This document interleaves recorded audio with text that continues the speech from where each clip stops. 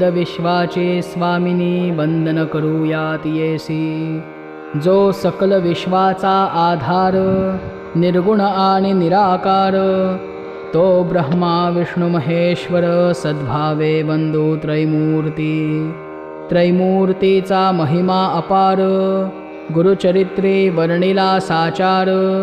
स्तुती करिता परंपार वेदचारी शिणले।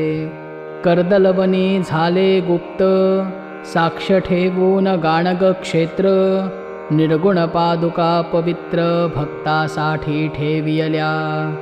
पंढरीचा पांडुरंग जासी आवडे संतसंग। तारिले तुक्याचे अभंग त्यासी प्रणिपात अंतरी। करूया साष्टांग दंडवत त्रैमूर्ती श्री गुरुदत्त।